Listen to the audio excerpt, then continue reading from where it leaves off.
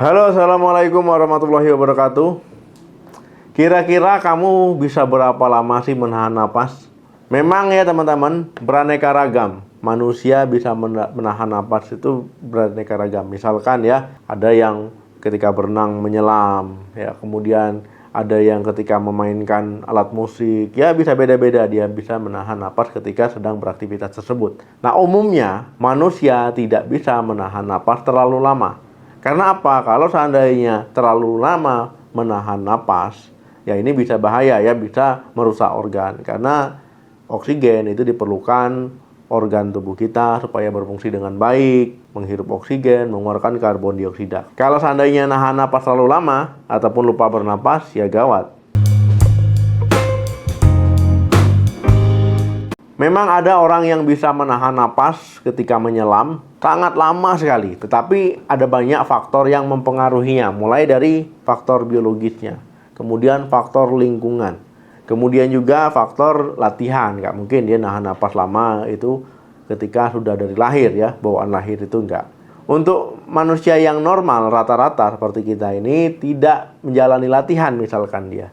Nah, ini bisa menahan napas itu paling 1-2 menit. Nah, saat menahan napas, ya kadar oksigen di dalam tubuh kita itu akan menurun. Ini disebut dengan hipoksia. Kita nahan napas nih. Nah, itu lama-lama kadar oksigen di dalam tubuh itu akan turun. Nah, sedangkan karbon dioksida itu meningkat. Nah, karbon dioksida yang meningkat inilah ya, kemudian kadar oksigen yang menurun inilah yang akan memicu dorongan otak untuk bernapas kembali. Ya, ada sensasi nyeri ataupun tercekik ya. Nah, kemudian muncullah kontraksi otot diafragma. Nah, jadi teman-teman ya, jika menahan lebih dari 2 menit, yaitu resiko kehilangan kesadaran, ya bisa dia pingsan, itu kan meningkat. Kemudian juga kalau seandainya menahan napas ataupun nggak bernapas lebih dari 5 menit, ya bisa nanti kerusakan organ, ya otak, kemudian ginjal, ya hati, ini bisa saja terjadi. Nah, kemudian gimana dok untuk orang yang bisa menahan napas lebih dari itu, ya lama sekali? Nah, untuk beberapa orang memang bisa menahan napas lebih lama. Itu tergantung dari kapasitas paru-parunya, ukuran paru-parunya, fungsi limpanya, kemudian adaptasi tubuhnya terhadap lingkungan, serta latihan yang sudah dijalani. Itu nggak mungkin tiba-tiba. Misalkan orang yang tinggal di pegunungan ataupun di daerah pantai, ya ini umumnya dia bisa menahan napas lebih lama dari orang normal. Nah, misalkan teman-teman suku Bajau. Nah, ini viral sekali ya. Suku Bajau ini dia mampu menyelam tanpa alat bantu ya. Dia berburu di dalam laut sambil menyelam itu bisa tahan napas hingga 13 menit. Nah, kemampuan ini ya berkat adaptasi dari lingkungan. Kemudian ukuran limpanya, kemudian juga pasti kapasitas paru-parunya lebih besar ya. Nah, jadi dia tubuhnya menyimpan lebih banyak sel darah yang kaya akan oksigen. Ya, ini nggak mungkin dia tiba-tiba bisa menyelam dari bayi ya. Pasti dia rutinitas yang dilakukan terus-menerus, saya lama-lama muncullah kemampuan ataupun adaptasi tubuhnya bisa menahan napas hingga 13 menit. Kalau orang normal kan hanya 1-2 menit ya, kemudian dia sudah sesak ya, sudah ingin bernapas.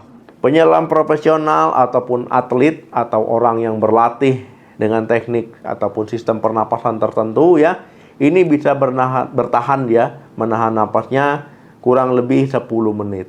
Nah, dengan cara dia sebelum dia nahan napas, dia menghirup udara sebanyak mungkin ya, kemudian baru dia menahan napas. Nah, untuk orang biasa, itu jangan coba-coba menahan napas lebih dari 2 menit. Nanti bisa menyebabkan sesak napas ya, kejang, bisa kehilangan kesadaran, kerusakan organ ya, kemudian juga berisiko mengalami gangguan kesehatan, ya misalkan nitrogen narkosis ya, jadi peningkatan kadar nitrogen di dalam tubuh. Nah, kemudian perdarahan paru-paru, cedera paru, edema paru, serangan jantung, ya, kemudian gangguan fungsi otak. Jadi hati-hati sekali. Kemudian bisa meninggal nggak? Ya bisa ya, kalau seandainya teman-teman nahan napas, apalagi sambil menyelam ya di dalam air, ya ini bisa nanti tiba-tiba nanti tenggelam ya, karena refleks tubuh untuk mengambil oksigen, ya malah nanti tiba-tiba malah menghirup air ya, ataupun menelan banyak air. Akhirnya apa? Paru-parunya penuh dengan air. Jadi nanti akhirnya tenggelam, akhirnya meninggal. Nah, ini bisa terjadi. Nah, kalau nggak di dalam air, ya ketika menahan napas kita udah nggak sanggup lagi, ya tubuh kita ini akan secara otomatis ya bernapas ya, ataupun berusaha bernapas. Nah, jadi walaupun nanti tiba-tiba kesadarannya mulai berkurang, mulai menghilang, ya itu tubuh kita secara otomatis ya itu akan bernapas. Kalau tidak di air. Kalau di air ya nggak bisa. Ada nggak nih manfaat dari menahan napas?